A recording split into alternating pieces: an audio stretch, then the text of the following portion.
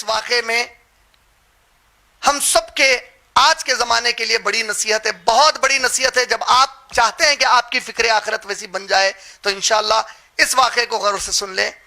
مدینہ طیبہ میں ہجرت کرنے کا جب وقت آیا, مکے سے مدینہ جانے کا جب وقت آیا, تو مدینے سے انصار صحابہ کی ایک 73 صحابہ کا ایک گروپ رسول کریم صلی اللہ علیہ وسلم سے ملاقات کرنے مکہ آیا.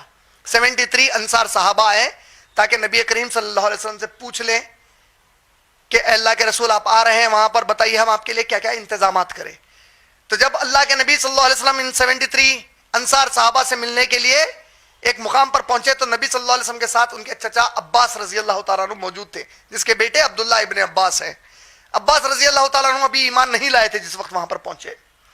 تو جب وہ 73 انصار صحابہ سے ملاقات ہوئی تو چاچا نے شروع کی گفتگو, جو ابھی کلمہ نہیں پڑھے ہیں, کہا کہ دیکھو میرا بھتیجا بڑا ہی نیک بھتیجا ہے. یہ کون دے رہے ہیں گواہی جو ابھی کلمہ نہیں پڑھے ہیں؟ اس نے کبھی کوئی گناہ نہیں کیا ہے, یہ بڑا معصوم ہے, بڑا رحم دل ہے, بڑا نرم مزاج ہے اور بڑا ہی خاموش مزاج ہے, یہ کسی کو تکلیف نہیں دیتا. تو کیا تم لوگ جب بھتیجا میرا تمہارے پاس آ جائے تو میرے بھتیجے کا ویسا ہی خیال رکھو گے جیسا ہم لوگ اس کا خیال رکھتے تھے؟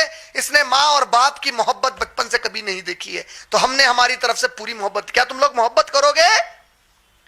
یہ صحابہ کا معیار ایمان کیا تھا, دیکھو ایمان کا معیار دیکھو. پوری گفتگو سنی, سن کر صحابہ نے ایک جملہ عباس رضی اللہ تعالیٰ عنہ کو نہیں کہا کیونکہ وہ ابھی کلمہ نہیں پڑھے تھے, ان کو نویر کیا, کہا اے اللہ کے نبی آپ پر ہم ایمان لائے ہیں, ذرا آپ ہمیں بتائیے کہ آپ ہم سے کیا کیا چاہتے ہیں مدینہ آنے پر. جواب بھی نہیں دیا ان کا, کہا کہ تم تو ہم سے بات کرنے کے لائق ہی نہیں ہو, یہ کہاں نرم نرم میٹھی میٹھی باتیں کر رہے ہو, جب اتنا اپنے بھتیجے کا خیال ہے تو پہلے نبی کیوں نہیں مانتے اس بھتیجے کو؟ کہا کہ سب بات کی باتیں ہیں, چلو تم سے کیا بات کرنا ہے نبی صلی اللہ علیہ وسلم, آپ بتائیے آپ کے لیے ہم کیا کر سکتے ہیں. اللہ کے نبی صلی اللہ علیہ وسلم نے کہا کہ میرے تم سے زیادہ کوئی مطالبات نہیں ہے, 6 مطالبات ہیں. کتنے؟ جب میں تمہارے پاس آؤں کیا تم لوگ میرے دشمنوں سے حفاظت اسی طرح کرو گے جس طرح تم اپنے بیویوں اور بچوں کی حفاظت ان کے دشمنوں سے کرتے ہو؟ کہا منظور ہے یا رسول اللہ. کہا جب میں تمہارے پاس آ جاؤں اور میں تمہیں کہوں کہ میرے راستے میں اللہ کے دین کے لیے, میرے لیے, اس کتاب کے لیے, اللہ کے قانون کے لیے, اللہ کے لیے فی سبیل اللہ مال کو خرچ کرو تو تم تنگ حالی اور خوشحالی میں خرچ کرو گے کہ نہیں کرو گے؟ کہا کہ اللہ کے نبی ہم کبھی آ کر آپ کو نہیں کہیں گے کہ ہمارے پاس کچھ نہیں ہے, جو کچھ رہے گا لا کر دے دیں گے, اگر نہیں رہا تو انتظام کر کے لا کر دے دیں گے آپ کے پاس. تیسری چیز, جب میں تمہیں کوئی حکم دوں, جب میں کوئی تمہیں حکم دوں تو تمہیں وہ حکم اچھا لگے یا برا اس کے بارے میں کوئی بحث نہیں ہوگی. نبی نے کہا سمینا و اطعنا والا معاملہ کرو گے کہ نہیں؟ ہم نے سنا, ہم نے اطاعت کی. ورنہ سورہ نساء آیت نمبر 65 اللہ نے کیا کہا؟ سورہ نساء کی آیت نمبر 65 میں اللہ کہتے ہیں آپ کے رب کی قسم ہے یہ ایمان والے ہو ہی نہیں سکتے جب تک کہ آپ کے فیصلے کو میرے نبی آخری فیصلہ نہ مانے. اور جب آپ نے ان کے درمیان کوئی فیصلہ سنا دیا تو پھر یہ لوگ اسے دل سے قبول کریں, یوں نہیں کہ باپ کرنا ہے بھائی نبی بول دیا, نہیں, دل سے قبول کریں گے, نبی کی بات ہے. نبی نے کہا تیسری بات کیا کہا؟ جب میں کوئی حکم دوں تو میرے حکم کو تم لوگ دل سے مانو گے کہ نہیں مانو گے, چاہے تمہیں پسند آئے نہ آئے؟ کہا کہ اللہ کے نبی ضرور مان لیں گے. چوتھی بات, تم لوگ نیکیوں کا اس کے ذریعے حکم دو گے اور لوگوں کو برائیوں سے رکاؤ گے. کہا منظور. پانچویں بات, تم کبھی اس بات کی پرواہ نہیں کرو گے کہ دنیا تمہیں کیا کہتی ہے جب تم اس پہ عمل کرنے والے بن جاؤ, لیکن تم عمل کرتے رہو گے. کہا منظور.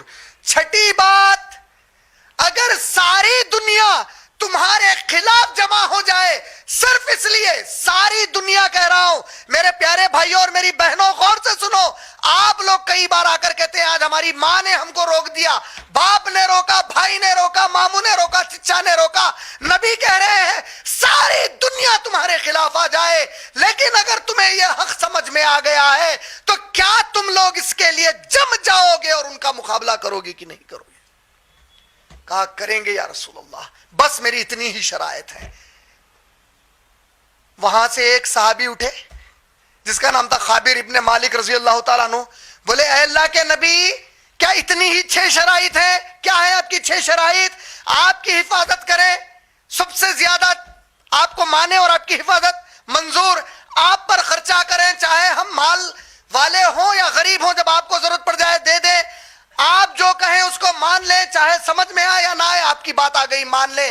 ہم نہیں دعوت کا کام کریں، یعنی اسلام کی دعوت دوسروں کو دیں، مان لیے۔ اے اللہ کے نبی ہم دنیا ہم کو کیا ناموں سے پکارتی ہے، برقعے کا مذاق اڑاتی ہے، داڑھی اور ٹکنے کا اڑاتی ہے، جاب نہیں دیتی، نکال دیتی ہے، اس کی پرواہ نہ کریں لیکن دین پر قائم رہے۔ منظور دنیا ہم کو مارنے کے لیے جمع ہو جائے، ہم کو ختم کرنے جمع ہو جائے تو ہم پھر بھی ڈٹ جائیں، جس کو ہم نے حق مانا ہے اس کے لیے مان لیا، ہم نے یہ سب کچھ مانا میرے نبی، ذرا آپ بتائیے اس کے بدلے میں آپ ہمیں کیا دیں گے؟ بولے اللہ اکبر، اس کے بدلے میں آپ کیا دیں گے؟ 6 چیزیں آپ نے مانگی، ہم تیار ہیں، اس کے بدلے آپ ہمیں کیا دیں گے؟ نبی نے ایک لفظ کہا، جنت۔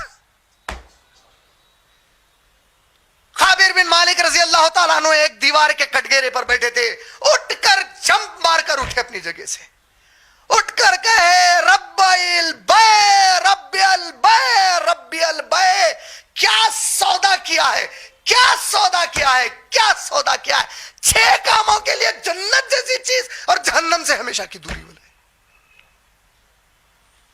منظور ہے اللہ کے رسول بولے۔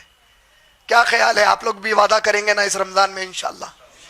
دنیا گئی تیل لانے کے لیے، دنیا گئی تیل لانے، یہ مشہور کہاوت ہے نا، جانے دو، میرے نبی اور میرے رب جو بول دیا یہی ہمارے لیے، کیونکہ نہ تمہارا باپ، نہ تمہارا بھائی، نہ تمہاری ماں، نہ تمہارا چاچا، نہ تمہارا ماموں، نہ تمہارا کوئی دوست اس خبر کے گڑے میں جب تم کو ڈالتے ہیں وہاں سے تمہارے سب رشتے ختم ہو جاتے ہیں۔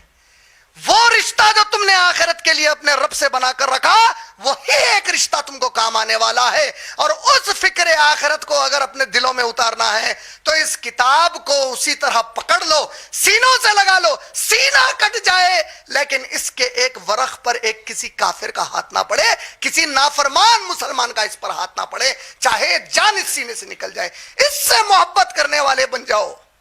یہ ڈھال ہے تمہارے لیے، یہ شفاعت ہے تمہارے لیے، یہ وہ کتاب ہے جس کے بارے میں نبی نے کہا کہ میری شفاعت سے میں سب گنہگاروں کو جہنم سے نکال سکتا ہوں، لیکن جس کو قرآن قید کر دے میں اسے نہیں نکال سکتا۔ اللہ اکبر۔ ویسے ہی فکر آخرت کی اللہ سے دعا مانگو کہ اللہ نے وعدہ کیا ہے رمضان میں کہ میں ایک دعا ہر روز قبول کرتا ہوں۔ ہماری دعا اللہ سے ہمیشہ سب سے پہلی، آپ کئی دعائیں مانگتے، نصیحت کر رہا ہوں آپ کو، ایک دعا آپ لوگ خود بخود مانگو کہ اے اللہ سب سے پہلے مجھے دین کی وہ سمجھ عطا فرمائیے جو پیارے نبی کے صحابہ کو آپ نے عطا کی تھی، سب باقی کی دعائیں اس کے بعد کیجئے انشاءاللہ۔